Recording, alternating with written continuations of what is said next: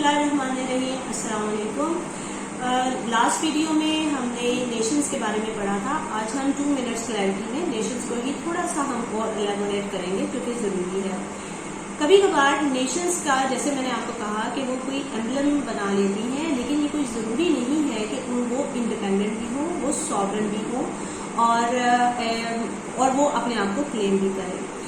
एक मुल्क के तौर पे भी नेशंस मौजूद होती हैं, जैसे कि हमारे पास जापान की मिसाल मौजूद है। वो होमोजीनियस है, 98% लोग एक ही तरह के हैं और एक ही उनके पास नेशन की सारी क्वालिटीज मौजूद है, ट्रेड्स मौजूद है।